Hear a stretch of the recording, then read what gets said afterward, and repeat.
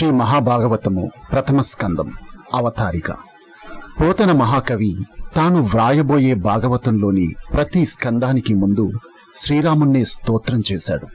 చివరకు శ్రీకృష్ణ చరిత్ర ప్రాధాన్యం కల దశమ స్కందం ప్రారంభంలో కూడా ఆయనని స్తుతించాడు. కాని ఏ రాముని ఆజ్ఞపై తాను భాగవతాంధ్రీకరణకు పూనుకున్నాడో ఆ భాగవత ప్రథమ స్కంద రచనారంభంలో మాత్రం మొదటి పద్యంలో శ్రీకృష్ణ స్తుతి చేసినట్లుగా కనబడుతోంది. పర్యాలోచన చేయగా ఈ పద్యంలో పరబ్రహ్మని కూడా స్తుతించినట్లుగా మనం భావించవచ్చు. మానవునికి మోక్షాన్ని మించిన మహాభాగ్యం మరొకటి ఏముంది? భాగవతం మోక్షదాయిని, శ్రీకృష్ణ స్మరణ మోక్షదాయకం. అందుకే మోక్షార్థి అయిన పోతన గారు భాగవత మహాగ్రంథ రచనలోను శ్రీకృష్ణ స్మరణతో ప్రారంభించారు.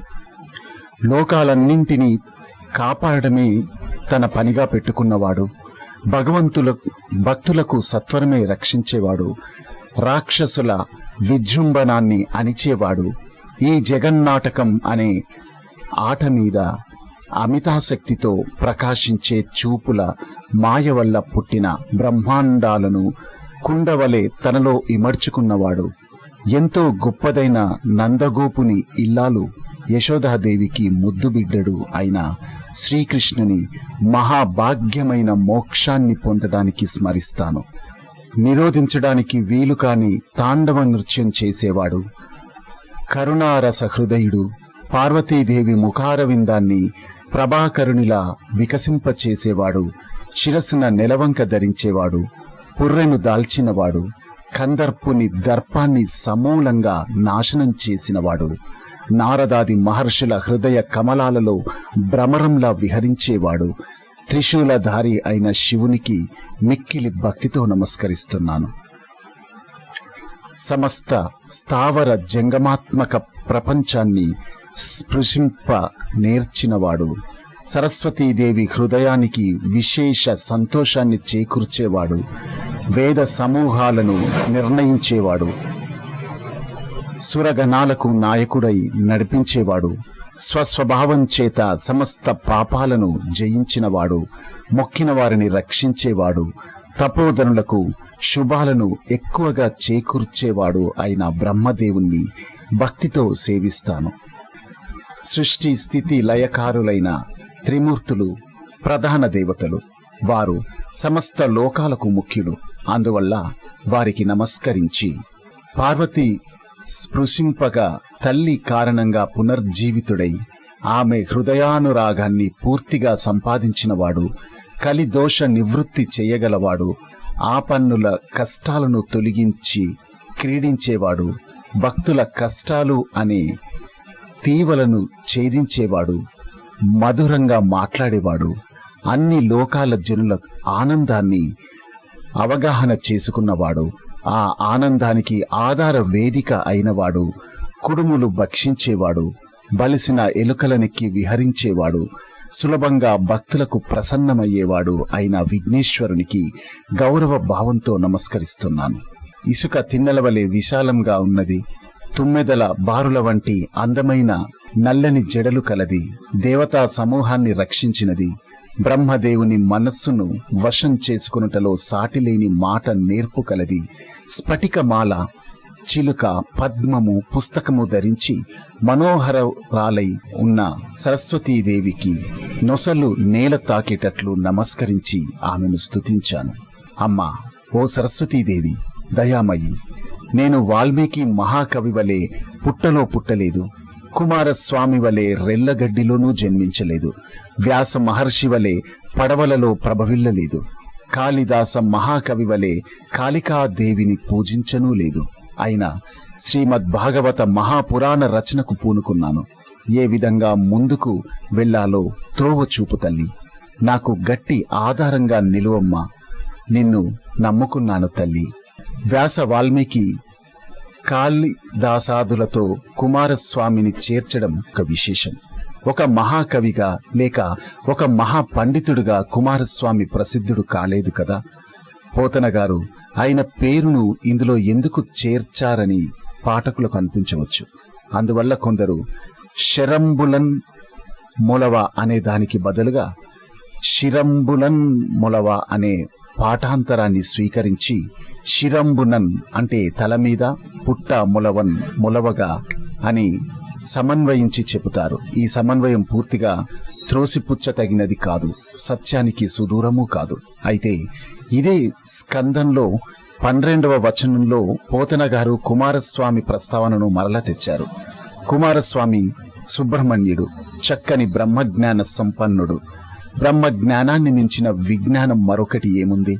ఆధ్యాత్మిక కళాశిఖరమైన శ్రీమద్ భాగవత మహాగ్రంథ రచనకు పూనుకున్న పోతన గారు తాను వాల్మీకి, వ్యాస, కాళిదాసుల వలె గొప్ప కవిని కాదని, కుమారస్వామి వలె ఆధ్యాత్మిక తత్వవేత్తను కాదని సవినయంగా సరస్వతీదేవికి విన్నవించుకోవడానికి కుమారస్వామి ప్రస్తావన తీసుకురావడం సమంజసమే కదా. శారదాదేవి తెల్లని కాంతులతో, చల్లని చూపులతో విరజిల్లుతూ దర్శనమిస్తుంది. అందువల్ల సృష్టిలోని చల్లదనాన్నిచ్చే తెల్లని వస్తువులన్నీ పోతన పద్యంలో ఇమిడినంత వరకు ఉపమానంగా స్వీకరించి ఆమె ధవల సుందర మూర్తిని కనులకు కట్టినట్టుగా చూపించాడు.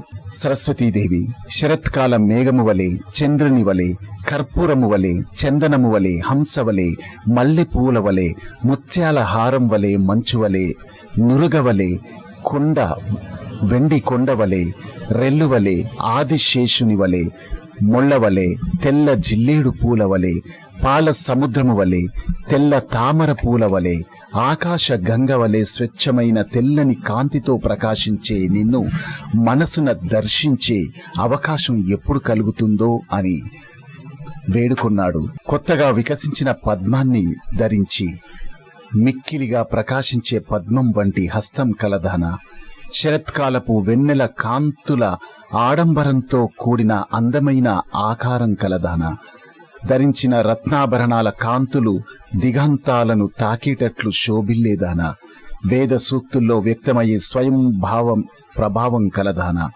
సత్కవుల మహాభక్తుల భావాకాశ వీధుల్లో ప్రశస్తంగా విహరించేదాన సరస్వతీదేవి నన్ను దయచూడు అని వేడుకున్నాడు. ఆడంబర శబ్దం, ఆడంబర స్తూర్య రవే, గజేంద్రానాంచ గర్జితే, తూర్య రవంలోను గజేంద్ర గర్జనలోను ప్రయుక్తం కావలసి ఉంది. చకార గ్రహణం వలన సంరంభార్థం కూడా గ్రహ్యం. ఆడంబరోస్తి సంరంభ ఇది శేష వివక్త శబ్దార్థం, వివిచ్యతి ఇది వివక్త, వివక్తే పూత విజనే అనే పవిత్రతకు ఏకాంత స్థలానికి ప్రయుక్తం చేశారు. అమ్మల గన్నయమ్మ, ముగురమ్మల మూలపుటమ్మ, చాలా పెద్దమ్మ, సురారులమ్మ, కడుపారెడి పుచ్చినయమ్మ, తన్నులో నమ్మిన వేల్పులటమ్మల మనమ్ముల నుండెడియమ్మ, దుర్గా మాయమ్మ, కృపాబ్దీచ్యుత మహత్వ కవిత్వ పటుత్వ సంపదల్ అంటాడు కవి.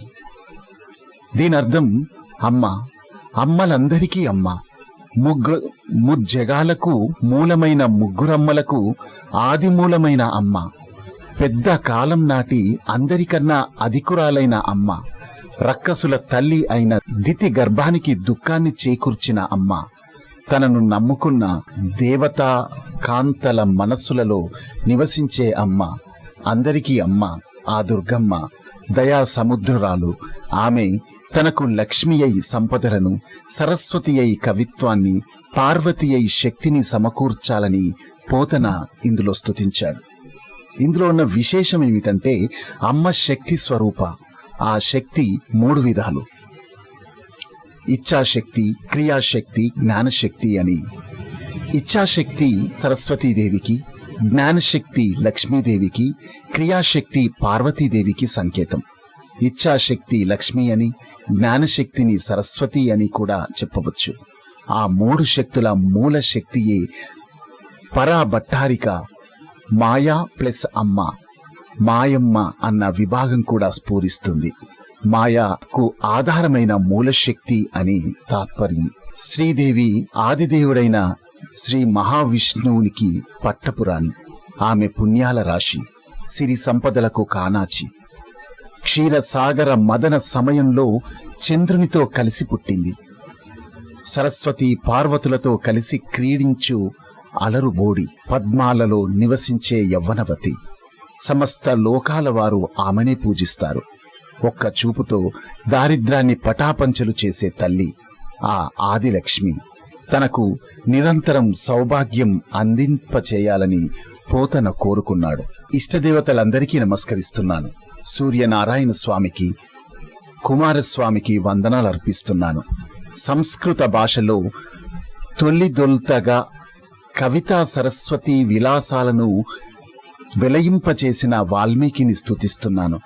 వేద విభాగం అనాయాసంగా చేసిన వ్యాసునికి, భాగవత ప్రవర్తక యోగి అయిన శుక యోగీంద్రునకు, బాణ, మాఘ, భారవి, మయూర, కాళిదాసులకు తెలుగులో కవిత్వం చెప్పి ఆంధ్రుల హృదయాలను దోచుకున్న నన్నయ్య భట్టారకునకు, హరి హర భేదాన్ని వ్యాప్తి చేసిన తిక్కనాచార్యులకు, భూత భవిష్యద్వర్తమాన కవులందరికీ నమస్కరిస్తున్నాను. సంస్కృత భాషలోను ఆంధ్ర భాషలోనూ కూడా గ్రంథ రచన చేయుటంలో సమర్థుడనై అని చెప్పడంలో, ఇందులో ఇష్టదేవత ప్రార్థన అనంతరం సూర్యుని, కుమారస్వామిని స్తుతించారు. మహానారాయణోపనిషత్తులో 14వ అనువాకం ఆదిత్యుని మండలం, ఋగ్వేదమని, లోపల అర్చకుని సామముని, ఆ అర్చకునిలోని పురుషుణ్ణి యజస్సులని వర్ణించింది. ఆ విధంగా ఆదిత్యుడు వేదాత్మకుడు. ఆ దృష్టితో పోతన సూర్య నమస్కారం చేశాడు. కుమారస్వామి బ్రహ్మ పఠించిన వేదంలో అపస్వరాన్ని తొలగించి సుస్వరంతో వచించి సుబ్రహ్మణ్యుడయ్యాడని పురాణగాథ. భగవంతులై విద్యలను వ్యాప్తి చేశారు కాబట్టి వారిద్దరిని పోతన ప్రత్యేకంగా ప్రార్థించాడు. ఇక వాల్మీకి పూర్వం లోకంలో ఛందో వాగ్మయం ఉంది, కానీ కావ్య వాగ్మయం లేదు. కాబట్టి ప్రథమ కావ్య సృష్టికర్తగా ఆది కవిగా ఆయన పేరు పొందాడు.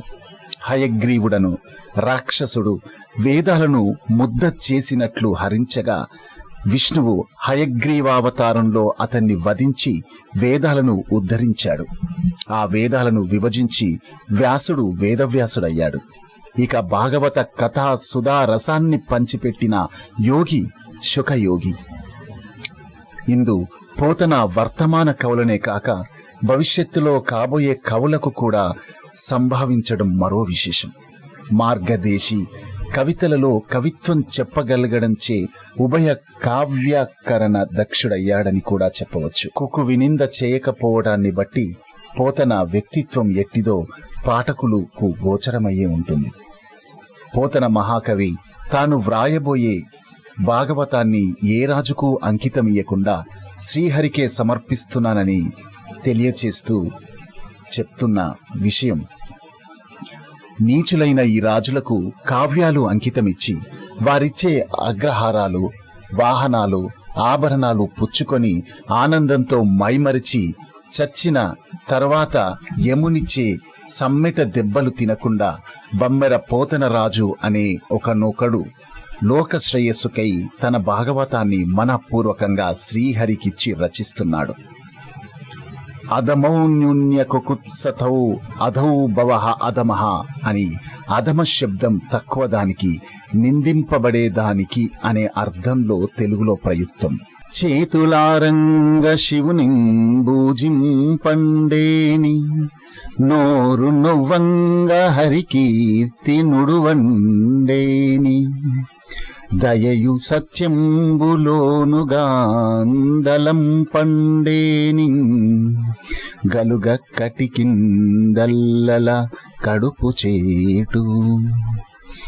ఈ పద్యం ద్వారా ఈ లోకంలో పుట్టిన ప్రతి వ్యక్తి చేతులారా శివుని పూజించాలి అని, నోరారా విష్ణువును కీర్తించాలి, దయను సత్యాన్ని అంతరంగంలో నిలుపుకోవాలి. అలా చేయనివాడు పుట్టడం దేనికి, తల్లుల కడుపు చెడగొట్టడానికి తప్ప అని కొంచెం కఠినంగానే చెప్పారు.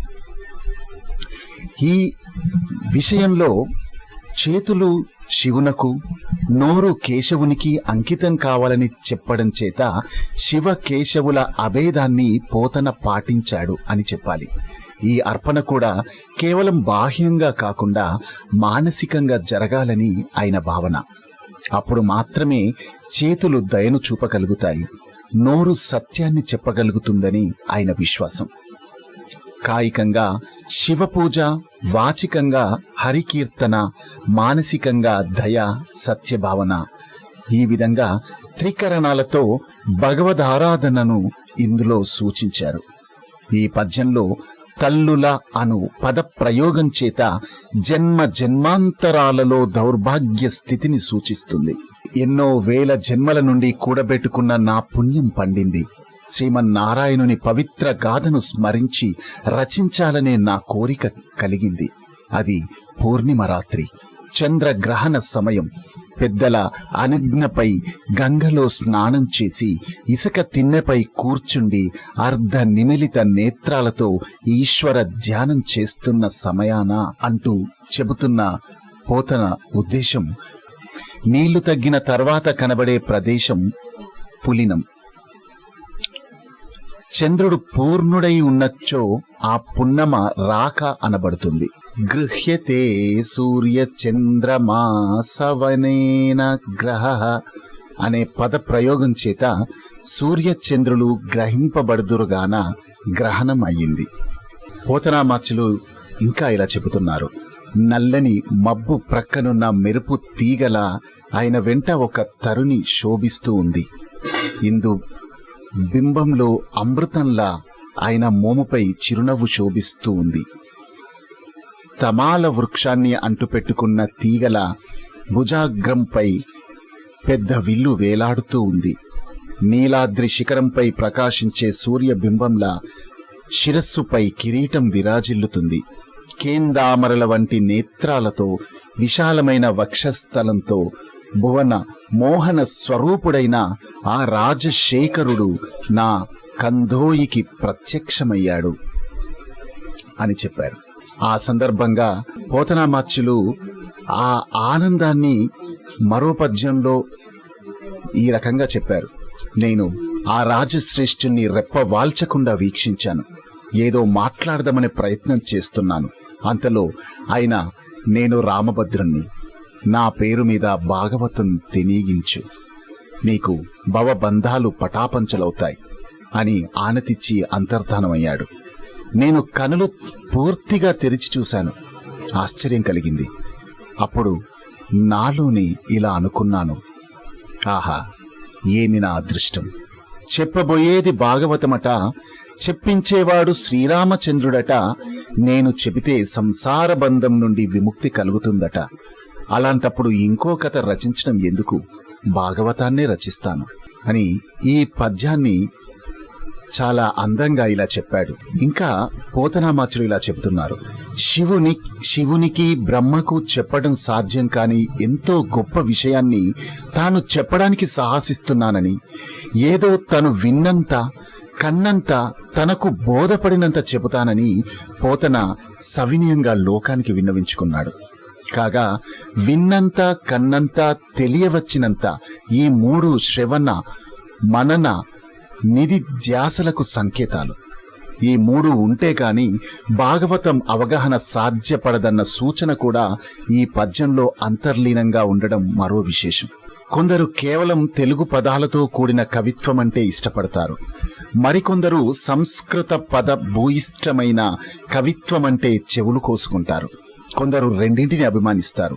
కాబట్టి నా రచనలో అందరినీ మెప్పించేలా ప్రయత్నిస్తాను అని పేర్కొంటూ, ఇంతకు పూర్వం నన్నయ్య, తిక్కన మున్నగు మహాకవులు పురాణ గాథలను తెలుగులోకి అనువదిస్తూ నా పూర్వ పుణ్య పరిపాకం ఎటువంటిదో కాని ఆ మహాకవులు భాగవతం జోలికి రాలేదు.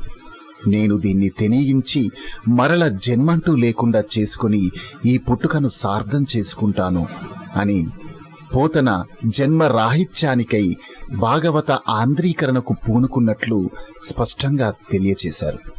భాగవతం అనే కల్పవృక్షం చూడ ముచ్చటైన కాండం కలదై, చెవధీరి నల్లబడిన తల్లి వేరు కలదై, చిలుకల పలుకులచే మనోహరమైనదై, అందమైన తీవలతో అలరారునదై, రంగురంగుల పువ్వులతో గుర్తింపు పొందగలిగినదై, సుందరంగా శోభిల్లే గుండ్రని ఆకారం కలదై, ఎంతో పెద్ద ఫలాన్ని కలిగి ఉన్నదై, స్వచ్ఛం విస్తారం అయిన పాదు కలదై, మెంచి మెంచి పక్షులకు మేలు చేకూర్చినదై భూమి మీద ప్రకాశిస్తుంది అని వర్ణించారు.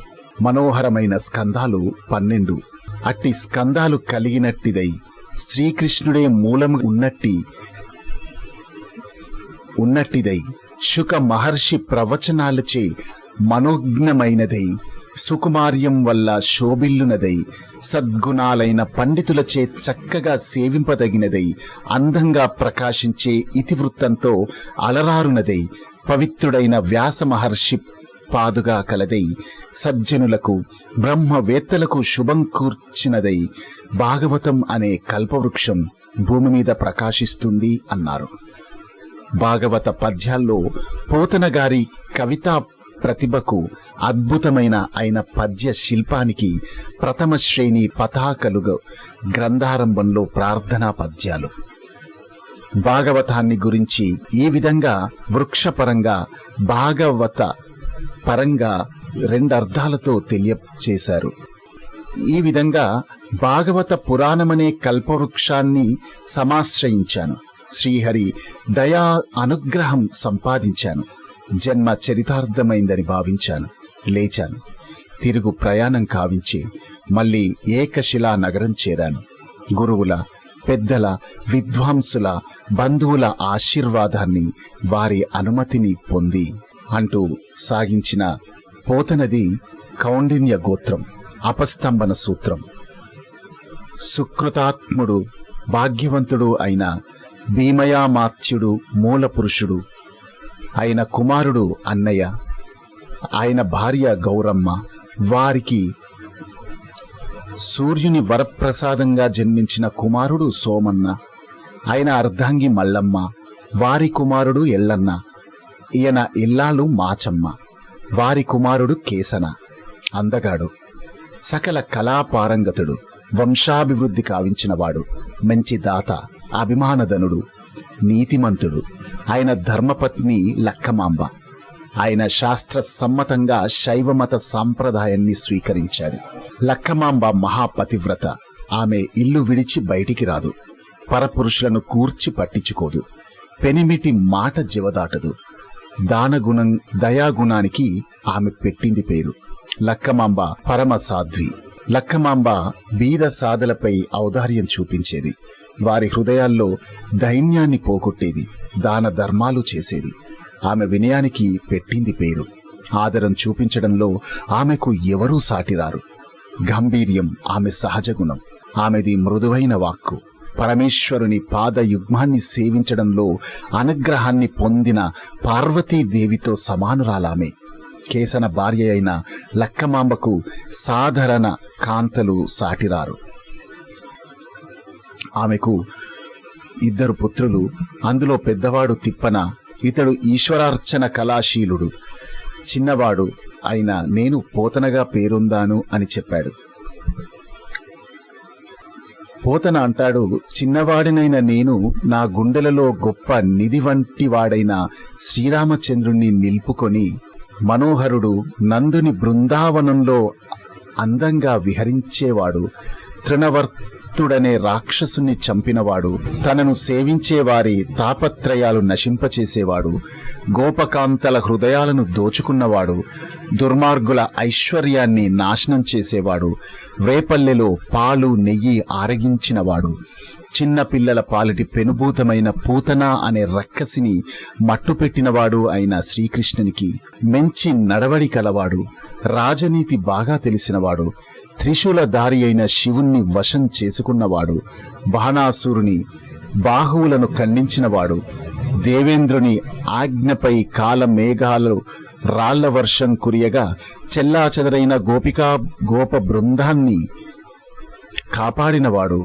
4 జాతుల 4 ఆశ్రమ ధర్మాలను పరిరక్షించినవాడు, మద్ది చెట్లను పెళ్లగించి కుబేరుని పుత్రులైన నలకూబర మణిగ్రీవులకు శాప విమోచనం కలిగించినవాడు, వనమాల ధరించేవాడు, తన సుదర్శన చక్రంతో సూర్యకాంతులను కప్పివేసినవాడు అయిన శ్రీకృష్ణునికి ఓర్పు కలవాడు, కాళీయుడనే సర్పరాజు గొప్ప పడగలపై నాట్యమాడ నేర్చినవాడు, తనను వెంటాడిన జరాసంధుని రథ గజ తురగ పదాతులనే చతురంగ బలాలను చంపినవాడు, అర్జునుని రథసారథి, ఈ కదిలే జీవులతో కదలని జడాలతో కూడిన ప్రపంచం యొక్క ఉనికిని తెలిసినవాడు, ఇంద్రియాలను జయించిన మహాభక్తుల వెన్నంటి ఉండేవాడు అయిన శ్రీకృష్ణునికి న్యాయం తెలిసినవాడు, చనిపోయిన బ్రాహ్మణ బాలుని బ్రతికించి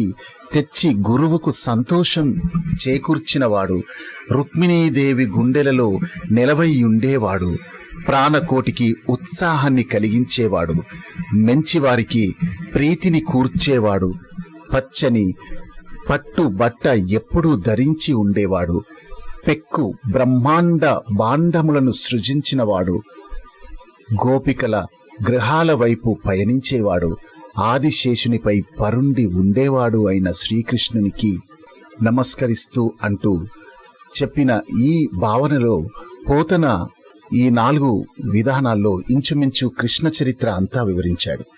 రామాజ్ఞపై భాగవతం వ్రాస్తూ ఆయనను గుండెల నిండా నింపుకొని కృష్ణునికి అంకితమిస్తున్నట్లుగా షష్ఠ్యాంతాలు వ్రాశాడు.